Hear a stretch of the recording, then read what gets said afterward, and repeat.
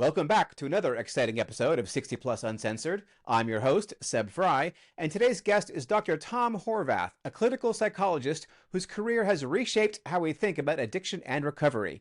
He founded Practical Recovery in 1985 to provide science-based, self-empowering alternatives to traditional 12-step treatment. Dr. Horvath is a founding figure of Smart Recovery and served as its president for 20 years. He has held leadership roles in APA's Division of Addiction Psychology and is a board-certified psychologist. He's also author of Sex, Drugs, Gambling, and Chocolate, and a prolific educator and advocate in the field. Tom, thanks so much for joining me here on the show today. Now, you may not be well known in every household in America, so maybe just take a minute or two and introduce yourself to our audience and let us know who you are and what you do and what you're all about. My name is Tom Horvath. I am a psychologist. That's PhD, not MD. I live in San Diego, California. I specialize in addictive problems. I've been doing that for over 40 years, since 1985. The approach that I and my practice take is a non-12-step, non-disease model, self-empowering approach. We want people, our clients, to realize what capacities they have and that they can bring to bear on these problems and resolve them in whatever way works for them. So that's what I do professionally, and I spend a lot of time doing that. So my other big passion is probably working out, which I like to do. All right. Wow. So you've been doing this a long time. I mean, that's like forever almost, really. I mean, a lot of people, they maybe have 40 plus years in the business. They're calling it a day. But here you are, you're on a podcast, you're still running a very successful, as I understand it, treatment program. Why are you still doing this after 40 years? And I will go until at least the spring of 2030 because I just signed a lease, which will obligate me until that time. I do this because, as I learned actually in the fall of 1984, there are many people with addictive problems in the United States who are willing to recognize that they have problems and that changes are needed, but they are familiar enough with addiction as a disease and Alcoholics Anonymous, AA, and other 12-step groups, that they do not want that approach. So I realized, one, there's this market of people, and when you're starting a practice, that's an important thing to realize. And the other is that this is a genuine service to them. So in addition to my professional work, I also volunteer a great, roughly 10 hours a week since 1990, for a free mutual help group called Smart Recovery, where people can experience this approach in a group meeting that's free and available at this point around the world. I feel I'm contributing to a meaningful public service. And when you see people change indirectly because of my efforts with them, it's very satisfying. I've spent a lot of time learning all this information, and it's too soon to stop helping people. Right. Okay. Well, that is wonderful because certainly addiction is rampant, and there's all kinds of different addictions that people may suffer from. But like you've been doing this a long time. I mean, it must be like, is it like a job, or is it really more like a passion project at this point, or is it sort of a mix of between the two? It's a mixture. I think any job has got some parts of it that we might not be wild about. That's certainly true for me. But most of what I do, when I have a meaningful session, I've had several meaningful sessions today already, and I ran a group this morning that was meaningful. So that's very satisfying. And I think, as older people know, it takes a while to learn something well. But once you know it, there is great satisfaction in teaching others, either so that they become more like you, or just helping others using your skills. So I'm pleased to be in a position to do that. And as long as I can do it, I think it's the right thing to do. Well, that's interesting because, a lot of people when they're young, they think they know everything. And, but it really takes like a long time. I mean, people say 10,000 hours to become a master, but I don't think 10,000 hours is enough to become a master. That's only 5 full years. And so now you Right. have 40 years into it. Do you consider yourself a master at alcohol and drug rehab? Well, yes, to the extent that because there aren't people who've been doing this for 80 years or 160 years, I have gotten towards the front of the pack in terms of what people know. So, in that sense, but there's so much more to learn. And things have just, over the course of my career, things we did not know that we know now. And that will keep going. So, yeah, I'm feeling like. I know something. I can certainly say that, but I know less now than I did when I was 21. Yeah, I hear that. So what are some of those things that maybe we know now that we didn't know now? Because like a lot of a lot of our audience, our audience is 60 plus mostly, and I think a lot of them. I mean, what are the statistics nationwide in terms of people who have some sort of addiction issue? Is it 20% or 25%? Right. So I know that a lot of people who are listening to this are actually themselves right now in the throes of some form of addiction. What do we know today that maybe that they have internalized that is actually wrong about addiction? Well, let me give a brief answer to that. At one time, it was definitive that addiction was a disease.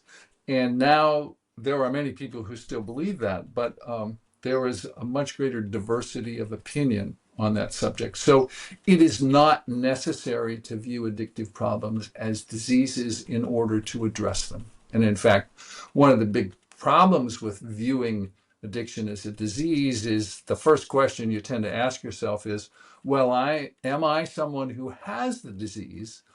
And most of the time we can talk ourselves out of it. I have problems, but I'm not nearly as bad, and then rattle off the names of the few people you know. So therefore, I don't need to do anything. They're the ones who need to do something. Well, this does not get your problems addressed. So it would be better to go focus on what problems do I have and how could I deal with them. One thing we definitely did not know 40 years ago is that AA, Alcoholics Anonymous, is actually as effective as professional treatment. Now, the treatment community didn't like hearing that particularly because it's not particularly good for business, but it's good to know that free groups can save you a lot of money and be effective. And for the population I work with, people who don't want to go to those groups, the other groups now appear to be equally effective also, although there are still studies in progress. I expect we'll have another one published next year that gives us a solid foundation for saying specifically Smart Recovery and also a few other groups are as effective as AA. And what we also know is that perhaps half of the people who resolve these problems do so primarily on their own.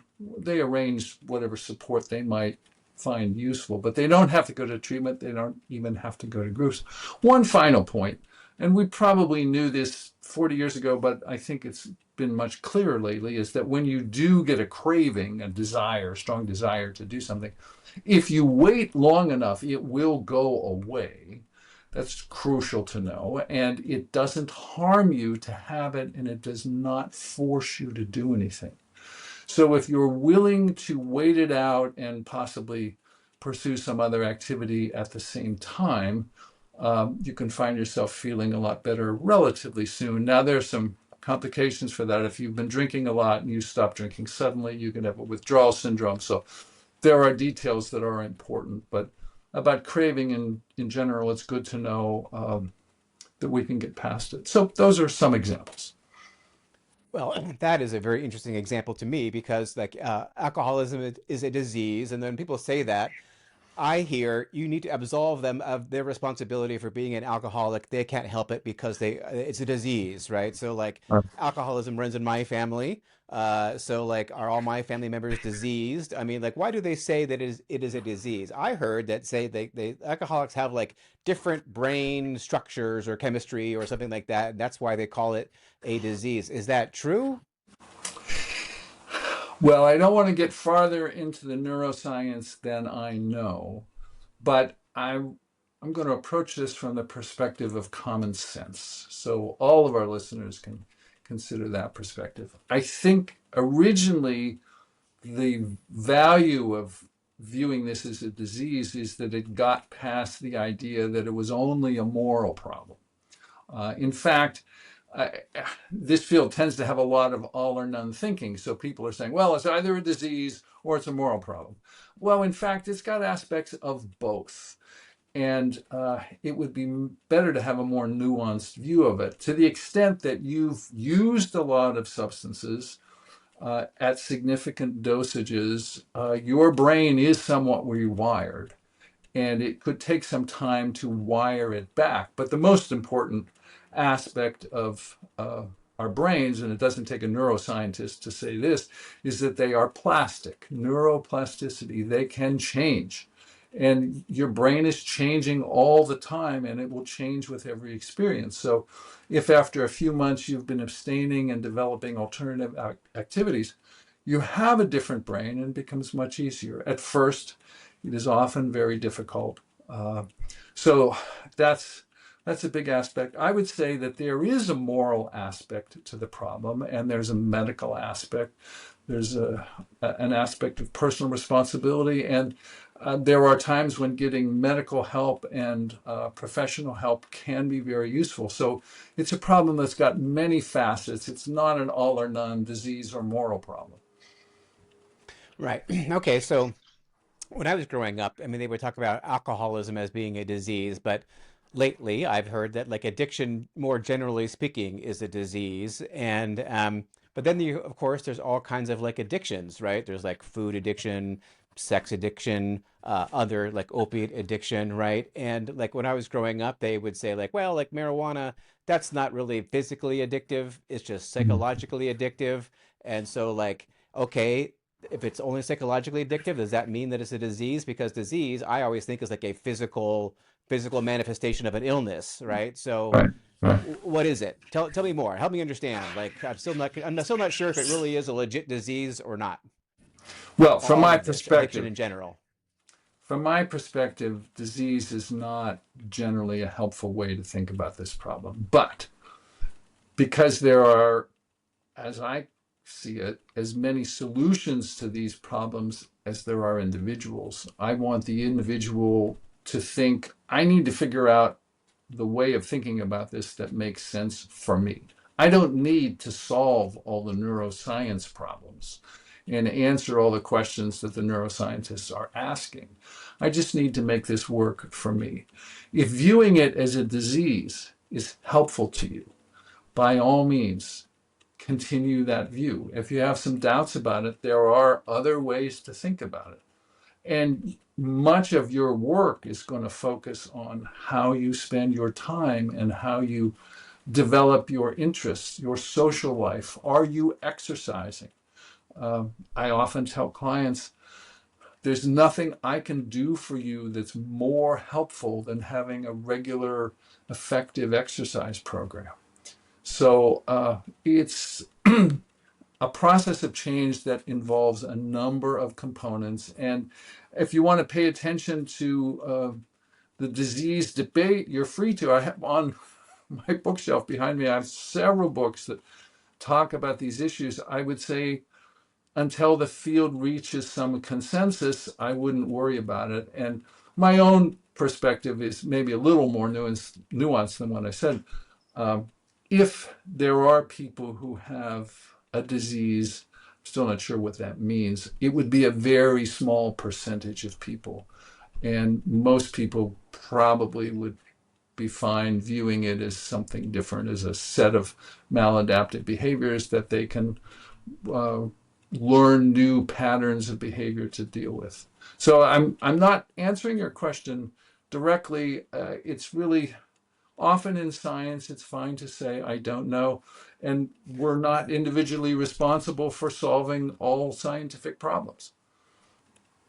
Right. Well, I'm kind of with you. I don't really think that it is a disease. I mean, not because like I really bristle against that when people say that it's a disease because I just hear like absolving you of your own responsibility for like taking care of your addiction full Mhm. out, right? I mean, like if you know you have a problem and you're an adult, then you need to take care of it, not Mhm. necessarily just for yourself, but for your community, your family, your friends, for everybody, because you're harming them, you're harming yourself, right? So just like take some responsibility for the way that you are and change it. And we say get help, but then you just said that 50% of people don't actually need to get any help. Is that right? That seems shocking to me, really. I Yeah, would think that 95% of them need help. yeah. I mean, certainly people who are 60 years old and maybe have been drinking or whatever for 40 years, right? I mean, I would think at that point, maybe you should get some help. Well, I take that to be a very personal decision. And I'm talking in very round numbers, and people debate the exact percentages, but the exact percentages are not important.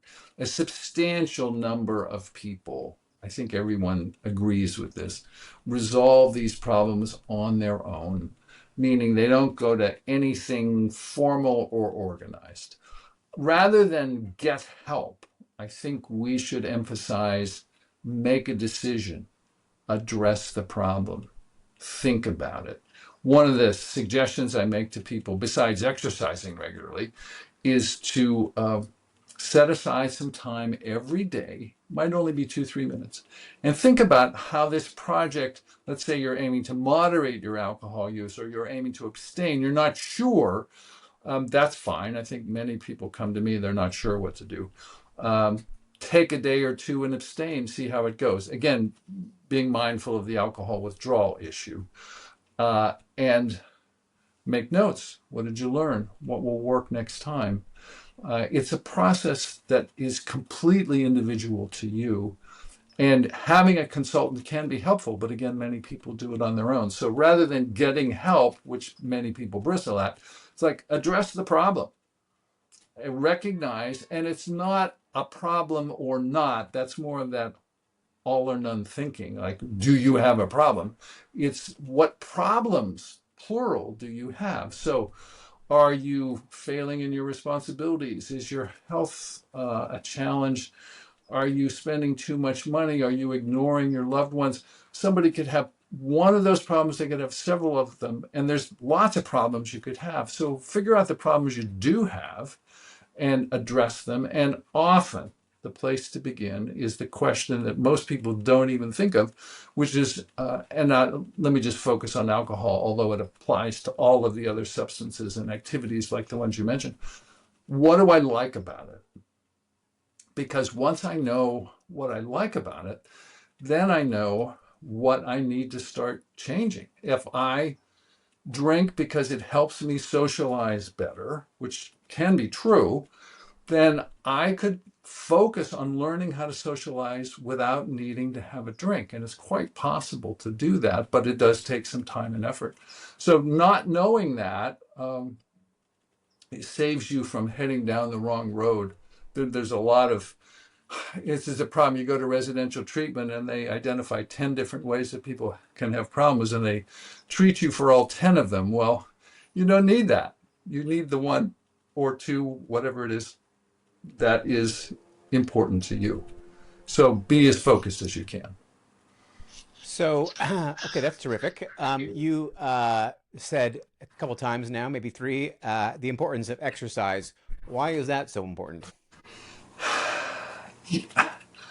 I don't think we know exactly, but the sense I make of it, it builds confidence. It keeps you healthier longer. As hunter gatherers, which is what 95% of human life of the last 200,000 years has been, we were on the move all the time. I don't know if you've noticed, but I'm actually walking on a treadmill as I talk to you. Very slowly, the treadmill moves at a half a mile an hour. And I try to stay as still as possible, but if you're noticing, it's moving. Uh, I'm moving. Is And that a treadmill or is it a walking pad? well, I, it's not a treadmill you'd put in a gym because it only goes up to 2 miles an hour. And I set it on the slowest speed, which is half a mile an hour. So as I'm stepping, here, step, step, step, and my heel is rubbing my big toe on the other foot as I set it down. And so the step is very small, but it keeps me moving. I will have done over 4 hours of of treadmill. You could call it a walking pad. That might be a brand name. I don't know the brand name. Um, that just keeps me moving all day long. And seems to be part of it. And there's a substantial amount of evidence for almost any emotional behavioral problem you can mention that exercise helps people get better, sometimes as well as any other treatment. So it's hard not to recommend it. So, but they don't know why. I mean, is it physiological? It's because your blood pressure goes down and you're quicker to recover when you stress yourself, or is it release of endorphins, or is there any any thought as to why exercise helps fight addiction? There must be, but you'll need another expert for that. I just focus on the outcome, which is I know that it's helpful, and exactly why is probably more the territory of a physiologist. But I also exercise a lot myself, and I feel all kinds of personal benefits from it. So I hope that people do that, and as they feel better physically, they can start to feel better emotionally. Well, yeah, because I'm looking at you and you look like you're pretty fit. So, this is maybe not the topic that we were going to talk about, but tell me more about your exercise regimen because success leaves clues. Tell us how you managed to stay, looking so darn good at 71 years old. Um, well, I do try to walk 30 minutes a day, maybe an hour. I have a gym in the garage where I have a uh, rowing machine. I have stretch bands that I can attach to hooks in the wall at different heights, ankle height, waist height, shoulder height. I have a pull-up bar, have adjustable dumbbells and a bench so I can do a classic weightlifting routine. In addition to all that, I try to stretch, try to do both isometric and isotonic muscle movement as opposed to just squeezing. Yeah, so fitness involves strength, which is isometric and isotonic, balance, which we haven't mentioned yet, so that you are not falling over so much, particularly important for us older folks. Uh, Cardiovascular fitness, or uh, I, I'm blanking on the term at the moment, but the ability to run or walk for distance. And finally, stretching so that you're not pulling muscles. So if you can get all of that in over the course of a week, you're just going to feel better, which means you'll be more engaged in life. And that's what we're all looking for. We're not going to live forever, but we want to live well while we're here. That's quite the regimen that you have outlined there. I exercise or try to exercise, and almost do every day for approximately an hour, but it's just cardio on my Peloton. And I'll tell you what, that does absolute wonders for my mood. And like, I don't think that I mean, like if I go like yesterday, I didn't work out. That's Right. scheduling wise, it just did not work out, and it was fine, But I know that if I went like 3 or 4 days without exercising, that I would definitely start to my mood would become a little less ebullient, maybe Yeah. than it is normally. So like, well, and then sleep, right? I mean, like is I would imagine that sleep would also be very important to fight depression, right? I mean, to fight addiction, right? Because like a Yeah. lot of times addiction comes out of depression. That's one of my other questions is where does Yes. addiction come from? But I imagine that a lot of times it comes out of depression, and a lot of times you get depressed because you're tired, right? And you don't have Yes. the that energy that you get from proper sleep and proper rest. So yeah, let's segue into that. So what does cause addiction? Like let's just pretend that it's not actually a disease and that it's not that you're not genetically predisposed to addiction, which is another thing that, even though I have no scientific basis for saying this, I don't believe. I don't believe Mhm. that addiction runs in the family physically. I don't believe it's genetic. It might be behavioral, right? But I don't think it's genetic.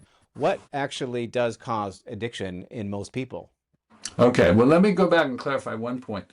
Um, I actually only work out hard a couple of days a week in the garage. In my middle 60s, I realized that 3 workouts a week was just too much. I was tired. So I'm down to two. But I always do something every day, which in addition to walking on the treadmill might be a walk in the neighborhood, something like that. I have a townhouse with stairs, so I walk up and down the stairs. I'm trying to be physical. Uh, as to what causes addiction, well, there are genetic influences. And if you come from a family with a history of addictive problems, you are more likely to have them. But people with that history do not have to have addictive problems, and many of them do not. So you should.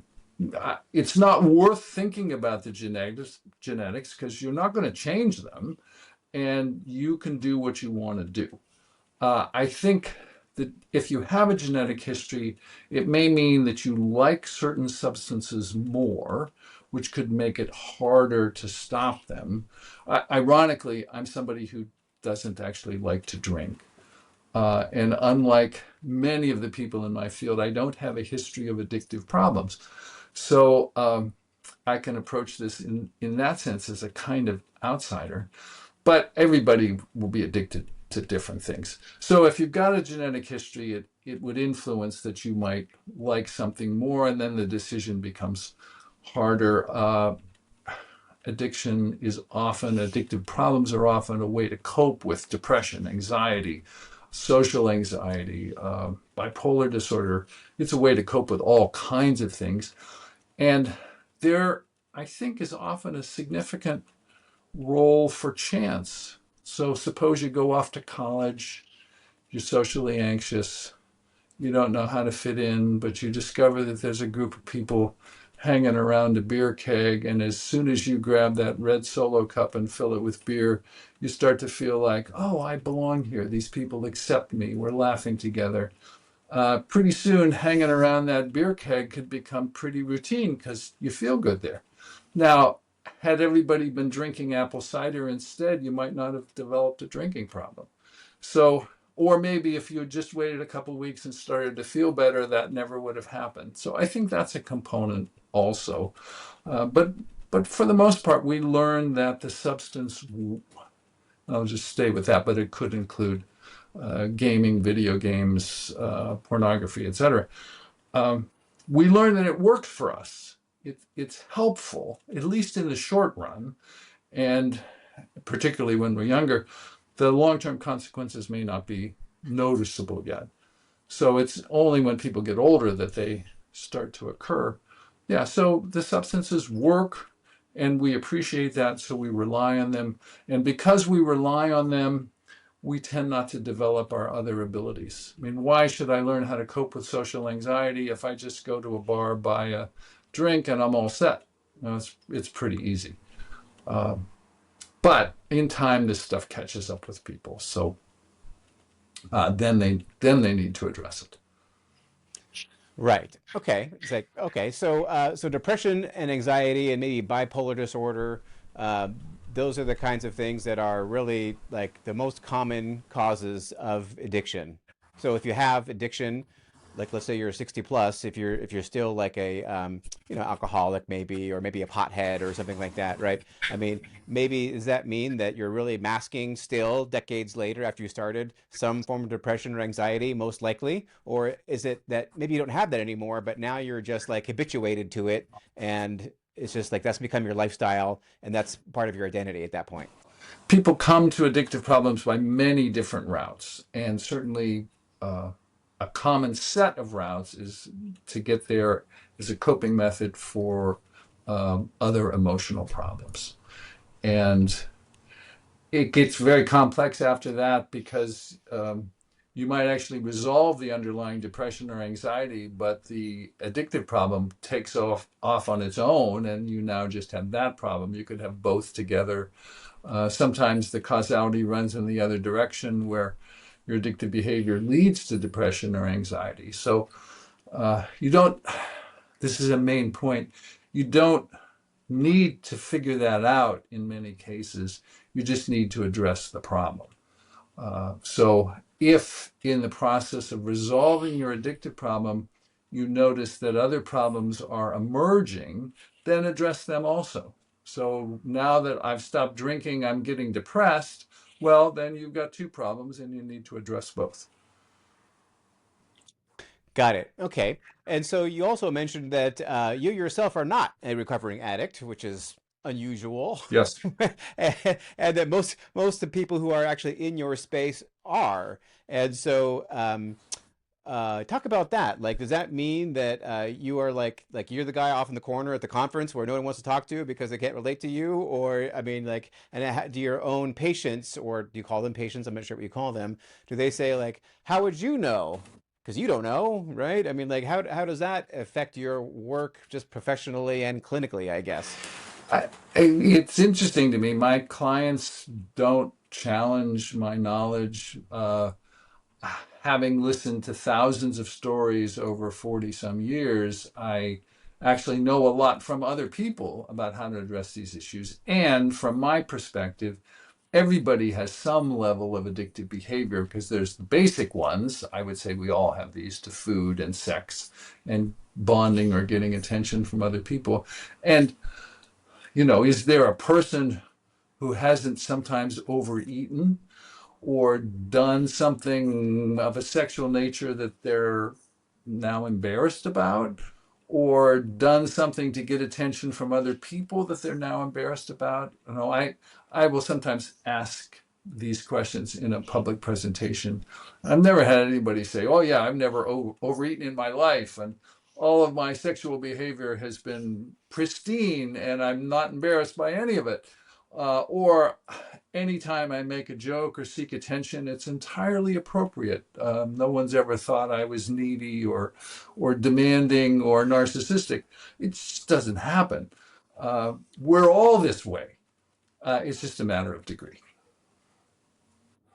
Right. It's just a matter of degree. And that's what I tell people all the time about everything, really. Like no one is all good or all bad or all smart or all dumb or all whatever. Like we are all the same. Just a question of to what degree, Mhm. do we manifest certain behaviors or needs or wants or desires or any of that.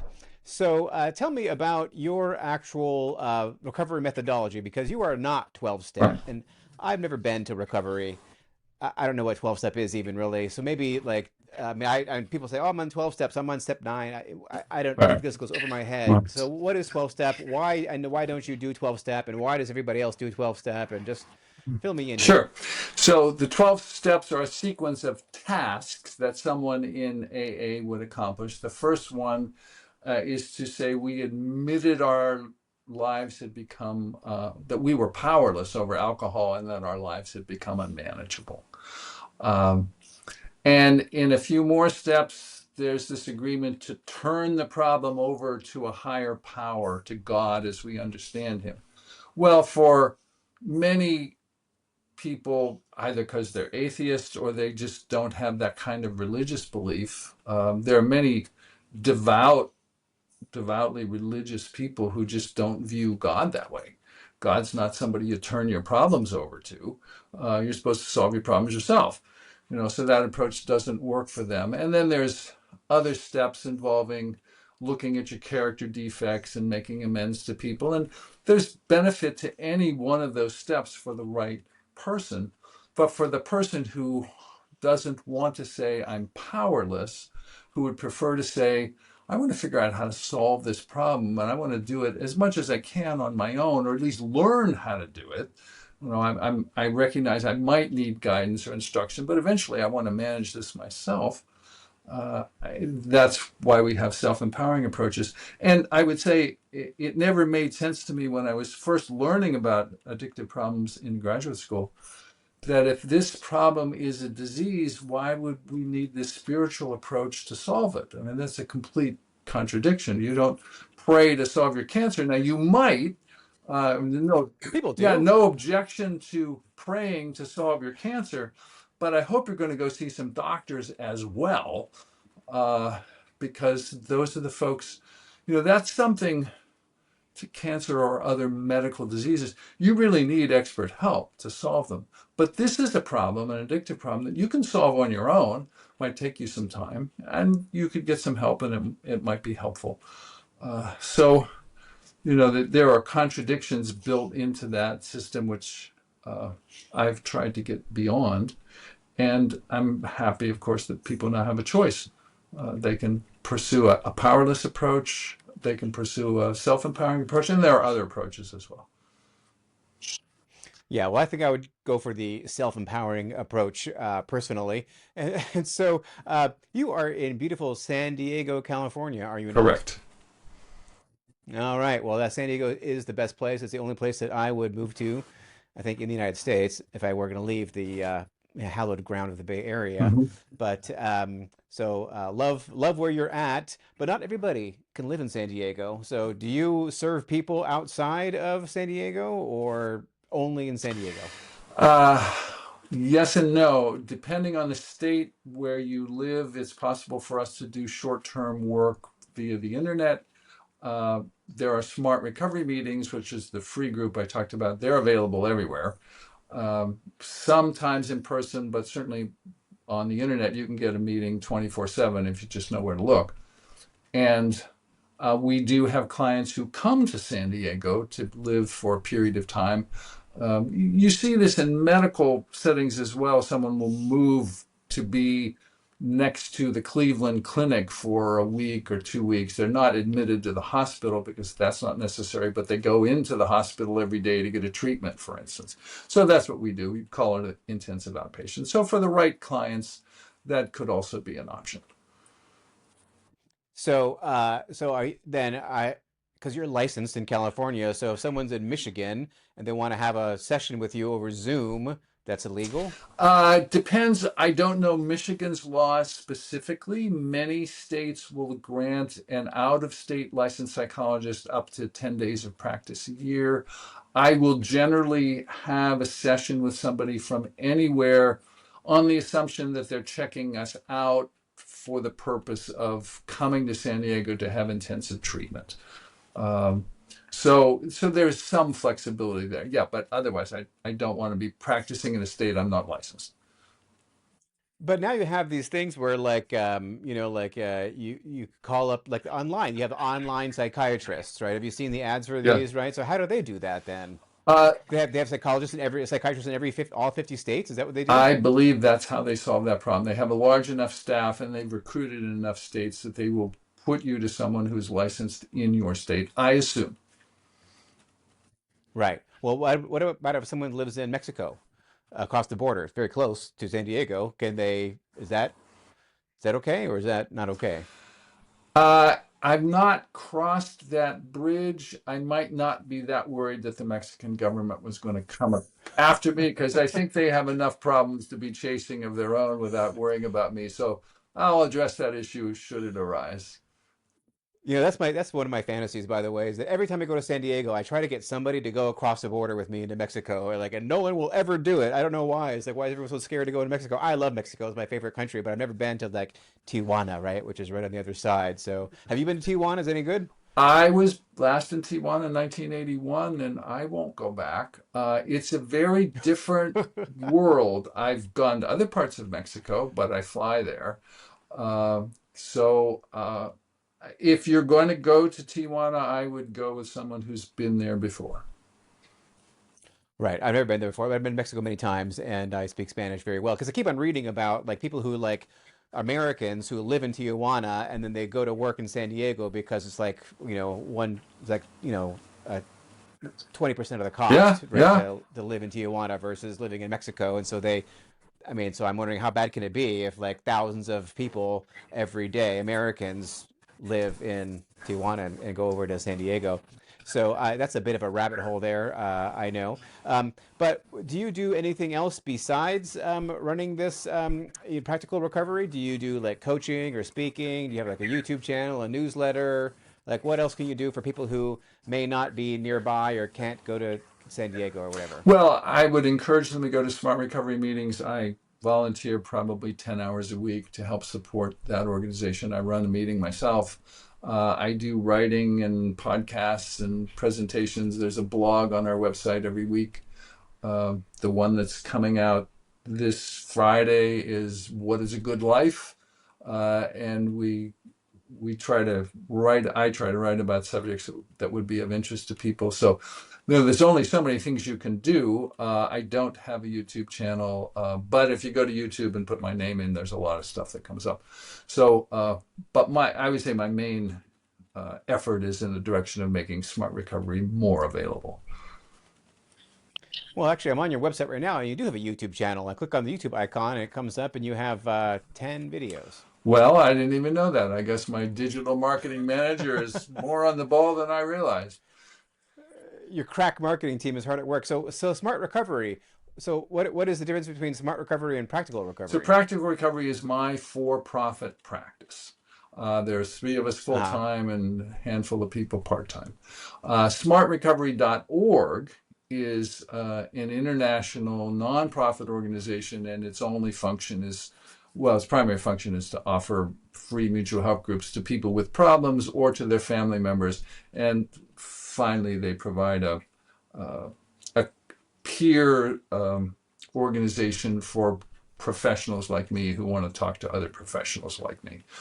Uh, so yeah, Smart gladly accepts donations, but there are no fees there. So one could go to smartrecovery.org and get some help if one needed it, and Absolutely. that would be done whatever state you're in. So they have smart recovery people in all 50 states, and that could be a place where you could begin Well, recovery. licensing doesn't matter there. So Oh, you can go to any meeting in any state. You can go to a meeting in the UK or Australia. That's why I said they're available 24/7. I know people in San Diego who've become regular members of meetings in other countries. So uh, AA meetings tend to be more similar to one another. It's a series of people talking. But AA sponsors, this is another part of AA, you meet one on one with somebody, they're very different.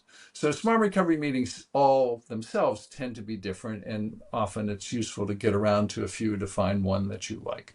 But yes, they're easily available by Zoom, and if you happen to have some in person in your locality, then you can go to those as well. In San Diego, we have actually the largest concentration of smart meetings anywhere because for 35 years I've been working on that, and we have 40 meetings a week, about 10 of which are in person.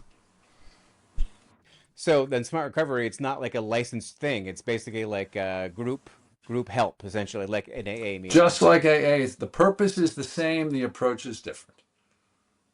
Right. So it's not a 12-step thing, like because AA is 12 steps, and Correct. so that's smart recovery is not an AA thing. Correct. All right, very good. So, all right, so we're kind of running out of time here, but like again, our audience is 60 plus. So, like, is there one bit of advice that you could give to somebody who is, maybe 65, pushing 70, and they've been struggling with this all their lives, and maybe they've tried AA, right? Maybe they've tried other things before, and they feel that like it's inescapable for them at this point, but yet they want to escape. What bit of advice can you give to them for how they can turn this around and really have a wonderful next 10, 20, 30 years of their life? Well, keep the big picture in mind, and as we get older, addictive problems diminish.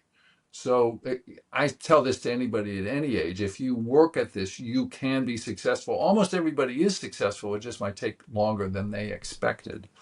But with older adults, fewer of us have these problems. And you also have more resources and perhaps more support for making the changes. One of the big challenges is that if you're retired, you may need some help filling your time.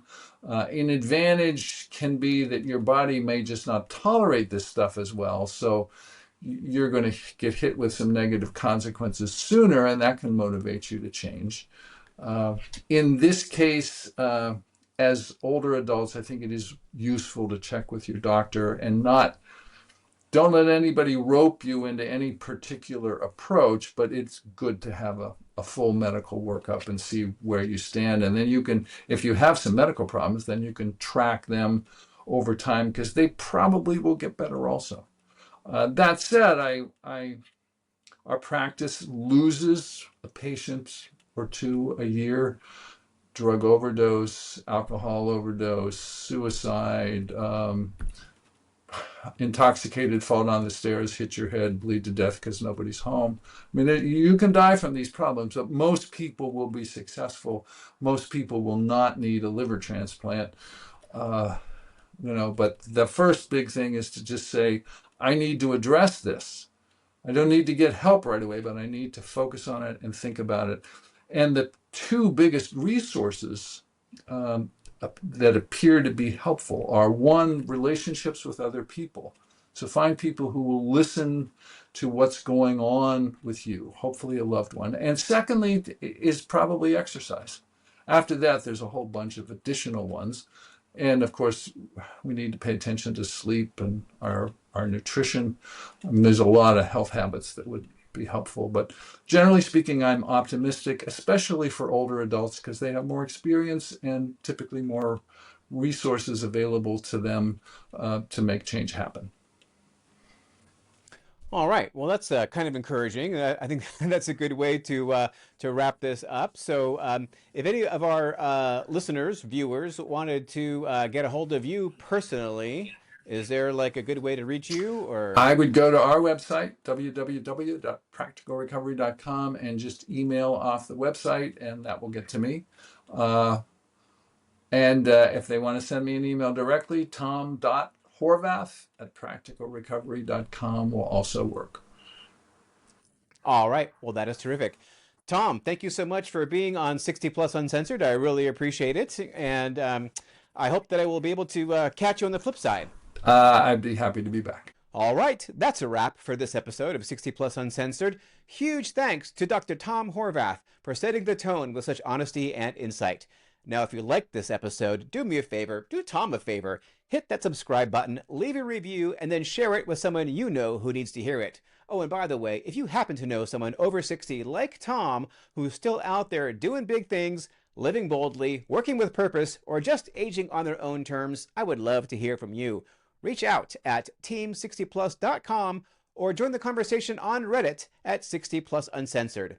I'm Seb Fry, and this is 60 Plus Uncensored, because as we're learning, life after 60 isn't the end, it's just getting good. Subscribe now.